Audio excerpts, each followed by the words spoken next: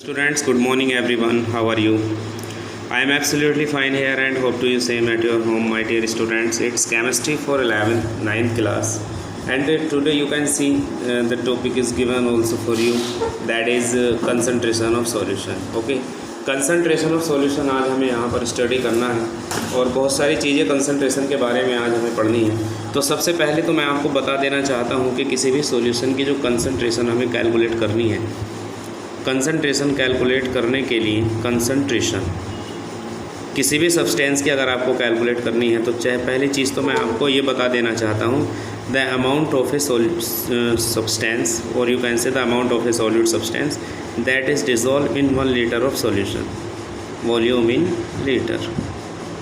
Okay, here is you can say, दोबारा देख सकते हैं आप, concentration of a solution may be defined as the amount of a solute substance of a substance that is dissolved in 1 liter of solution, that is called concentration।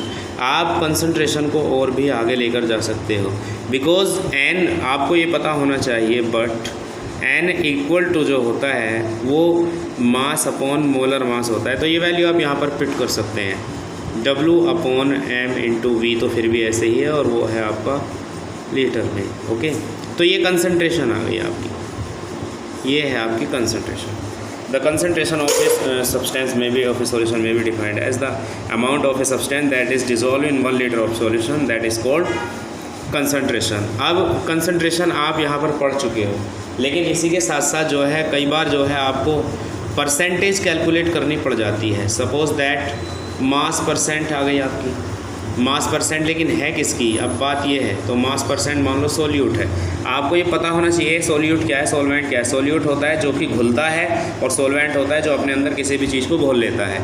तो mass percent solute की अगर आपको calculate करनी है तो आप यहाँ पर लिखें मास ऑफ सोल्यूट और dissolve in mass of solvent और मल्टीप्लाई आप 100 से कर दें, तो ये मास परसेंट ऑफ सोल्यूट आपकी आ गई। आपने क्या पढ़ा है, mass percent of solute may be defined as the mass of a solute substance that is dissolve in total mass of the solution. Solvent कर लीजिए या आप इसको सॉल्यूशन करें तो ज़्यादा अच्छा रहेगा, सॉल्यूशन ज़्यादा अच्छा रहेगा, याद रखना आप, ठीक है। तो मास परसेंट आप इस तरह से कैलकुलेट कर सकते हैं। इसका मैं एग्जाम्पल भी अभी आपको दूंगा, एक एग्जाम्पल मैं आपको अभी दूंगा। इसी तरह से आप एक कर सकते हैं वॉल्यूम परसेंटेज, तो वो भी बिल्कुल just like it, volume percent किसकी कैलकुलेट करनी है, सोल्यूट की करनी है, कोई प्रॉब्लम नहीं है। तो mass percent of volume percent of a solution may be defined as the volume of solute substance, okay, that is dissolve in total volume of the solution multiply 100। ये फॉर्मूला आपका बन गया, ठीक है, ये फॉर्मूला। तो volume percent of a solution में be defined as the volume of the solute substance dissolve in total volume of the solution, that is called volume percent. अब आपके क्वेश्चन की बात आ जाती है कि जी आपको क्वेश्चन किस तरह का आ सकता है। तो सपोज दैट आपसे कह दिया गया है यहाँ पर 20 gram of NaOH is dissolve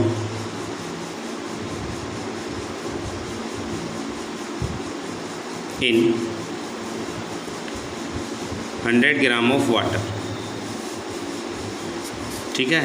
और आपसे कह दिया गया यहाँ पर calculate the mass percent of NaOH and water. तो आप यहाँ पर सबसे पहले क्वेश्चन को समराइज़ कर लीजिए, क्या क्या दिया गया है आपको। मास ऑफ NaOH कितना है, 20 ग्राम है। As usual mass of water कितना है, 100 ग्राम। और टोटल मास किसका, सॉल्यूशन का कितना है, 20 + 100 गोज़ टू 120 ग्राम। अब बताइए किसकी परसेंटेज आपको निकालनी है। मास परसेंट ऑफ NaOH अगर कैलकुलेट करना चाहते हैं आप तो मास परसेंट ऑफ NaOH निकाल लो, तो क्या लिखेंगे आप फॉर्मूले में, mass of NaOH upon total mass into 100। तो so here is mass of NaOH कितना दिया गया है आपको, मास ऑफ NaOH इज 20। और मल्टीप्लाई 100 से हो ही रही है ऑलरेडी। टोटल मास कितना है आपका, आप निकाल चुके हो 120। 0 से 0 कैंसिल कर दीजिए। ओके, आप जब इसे कट करोगे 4 से 4 3 12 4 5 20। क्लियर। तो जब आप इसको देखेंगे 5 10 50 अपॉन 3, तो 3 से कर लीजिए। 3 1 3, 2 बच गए। 3 8 16, सॉरी 3 6 18 आ जाएगा। ठीक है। और जब आप इसको करते रहेंगे आगे की तरफ को, तो और बस यही आता रहेगा। ये तो आगे मास परसेंट ऑफ NaOH की। अगर आपको मास परसेंट कैलकुलेट करनी है वाटर की, तो आप वो भी बड़ी ही आसानी से कर सकते हैं। किस तरह से, मास परसेंट ऑफ H2O कैसे कैलकुलेट करेंगे, mass of H2O upon total mass of solution into 100। मास कितना है H2O का, H2O का मास है माय डियर 100 और टोटल मास है 120 और मल्टीप्लाई 100। 0 से 0 कैंसिल हो गया। फिर आप इसको 12 से कट कर सकते हैं। 4 3 12 और 4 25 यही आएगा। जब आप करेंगे तो ये 25 10 से कितना हो गया 250 अपॉन 3, तो कितना आ जाएगा ये 3 8 24, 1 बच गया। 3 3 9। अब यही आता रहेगा। देखिए, एक और सबसे सिंपल वे ये था माय डियर स्टूडेंट्स कि जो परसेंटेज आपकी लास्ट टाइम आई थी, एक की आप निकालिए, दोनों की निकालने की ज़रूरत नहीं है, बस एक की कैलकुलेट कर लो। जैसे एक की आई थी आपकी, ये आ गई, एक की सोल्यूट की आ गई थी NaOH की, तो दूसरे की कैलकुलेट करने के लिए ना आप 100 में से वहीं पे माइनस कर देते हो उसे, बस जो भी आएगी ये देख लो, ये भी 83.33 ही आएगी, चेक कर लेना कभी भी। तो ज़रूरी नहीं कि आप ये पूरा का पूरा फॉर्मूला लगाओ, दोबारा से ये वर्क करो, तो बेटर है कि आप 100 में से यहाँ पे माइनस कर लो। तो ये हो गया क्वेश्चन। ठीक है, तो मैं कुछ क्वेश्चन आपके लिए लिख रहा हूँ जिन्हें आप घर से करके लाओगे और मुझे हर हाल में आज ही चेक कराओगे बिफोर 2 o'clock। तो क्वेश्चन फर्स्ट है, मैं आपको भेज रहा हूँ। क्वेश्चन फर्स्ट है 20 gram of sugar is dissolve, 20 gram sugar dissolve किया गया है इन 250 ग्राम ऑफ वाटर। और यहाँ से कह दिया जाएगा आपसे calculate the mass percent of sugar and water. एक क्वेश्चन तो ये हो गया। क्वेश्चन नंबर 2 मैं आपको भेज रहा हूँ। 50 gram of ethyl alcohol is dissolved in 300 gram of benzene. और आपसे कह दिया जाएगा calculate the mass percent of ethyl alcohol and benzene. ये 2 क्वेश्चन आपको करके लेके आने हैं हर हाल में, आराम से नोट कर लीजिएगा, कोई प्रॉब्लम वाली बात नहीं है। अब मैं आपको लेकर के चलता हूँ नेक्स्ट टॉपिक की तरफ। अब हमारा नेक्स्ट टॉपिक क्या है, तो मैं आपको बता देना चाहता हूँ my dear students, our next topic is suspension. ये ध्यान से समझ लीजिएगा, दैट इज़ सस्पेंशन। तो अब आप इसको ज़रा सुकून से सुनेंगे कि सस्पेंशन क्या होता है, किस तरह का ये सॉल्यूशन होता है। तो मैं आपको पहले ही बता दूं कि सस्पेंशन जो है किस तरह का एक तरह का सॉल्यूशन मान लीजिए, लेकिन सॉल्यूशन भी नहीं कह सकते क्योंकि दो या उससे ज़्यादा जो सब्सटेंस है पूरी तरह से मिले हुए नहीं, यानी होमोजीनियस नहीं है मिक्सचर। तो मैं आपको बता दूं कि सस्पेंशन जो होता है वो एक हेट्रोजीनियस मिक्सचर होता है। Suspension is a heterogeneous mixture. पहली चीज़ तो आप ये बात ध्यान से समझ लें कि सस्पेंशन एक हेट्रोजीनियस मिक्सचर होता है। होमोजीनियस का मतलब जिसमें के 2 और मोर कंपोनेंट पूरी तरह से डिज़ोल्व हों, और हेट्रोजीनियस का मतलब जिसमें 2 या उससे ज़्यादा कंपोनेंट पूरी तरह से डिज़ोल्व नहीं हो, तो हेट्रोजीनियस है।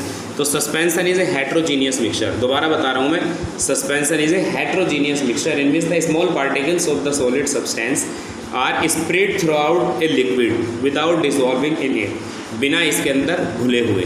तो suspension is a heterogeneous mixture in which the small particles of a substance are solid substance are spread throughout, spread का मतलब फैले रहते हैं, through out the solution without dissolving in it, बिना उसमें घुले हुए, दैट इज सस्पेंशन। तो सस्पेंशन आपको समझ में आया होगा। एग्जाम्पल के तौर पर मैं आपको बता देना चाहता हूँ, मतलब ये होता है सस्पेंशन एक हेट्रोजीनियस मिक्सचर है जिसके अंदर जो स्मॉल पार्टिकल्स हैं वो बिना घुले ही उसके अंदर फैले रहते हैं, चारों तरफ फैले रहते हैं। एग्जाम्पल के तौर पर आप देखें तो चॉक वाटर, चॉक वाटर का मतलब चौक ले लीजिए, वाटर के अंदर डिज़ोल्व जब आप करोगे तो वो एक सस्पेंशन आपका बनाएंगे, ठीक है। इसी तरह से आप मडी वाटर ले सकते हो, मडी वाटर, ये भी एक सस्पेंशन है। मडी वाटर का मतलब होता है मिट्टी का, मतलब जो दलदली जगह होती है, दलदली आपने देखा दलदल सुना होगा, वाटर के अंदर कई बार मिट्टी के अंदर वाटर और मिट्टी मिलकर के जो है दलदल बना लेते हैं, तो वही मडी वाटर होता है। अब इसकी ना प्रॉपर्टीज़ मैं आपको बता रहा हूँ, प्रॉपर्टीज़ क्या हो सकती हैं, प्रॉपर्टीज़ ऑफ सस्पेंशन। तो सबसे पहली बात तो प्रॉपर्टी ये है कि सस्पेंशन एक तरह का हेट्रोजीनियस मिक्सचर है, पहली प्रॉपर्टी तो ये आ गई। और दूसरी प्रॉपर्टी मैं आपको बता दूं कि इसके जो पार्टिकल्स का जो साइज़ है वो लार्जर होता है, larger than 100 nm, 100 nm nanometre से, 100 नैनोमीटर से इनका साइज़ जो है बड़ा होता है डायमीटर में, ओके। और दूसरी चीज़ मैं आपको यहाँ पर बता देना चाहता हूँ कि इसके जो पार्टिकल्स हैं, particles of suspension can be seen, उनको देखा जा सकता है बाय नेक्ड आइज, नंगी आंखों से ही उनको देखा जा सकता है, ठीक है। और दूसरी चीज़ नंबर 4 प्रॉपर्टी है कि जो एक सस्पेंशन होता है ना, सस्पेंशन लाइट का स्कैटर कर देते हैं, स्कैटर मतलब जानते हैं आप, मतलब उसको तोड़ देते हैं, लाइट रे को वो तोड़ देते हैं पूरी तरह से, और फिर ये अपना एक टिंडल इफेक्ट भी शो करते हैं। तो ये प्रॉपर्टीज़ आपकी रही सस्पेंशन की, और उसकी डेफिनेशन भी मैंने आपको दी है और क्वेश्चन भी मैंने आपको सेंड किए हैं। आप उन सब सारा का सारा वर्क ज़रूर सेंड कर दीजिएगा, ठीक है। और बाकी जो नया टॉपिक है उसको मैं कराऊंगा आपको नेक्स्ट क्लास में। Students, thank you and have a nice day. Good morning everyone.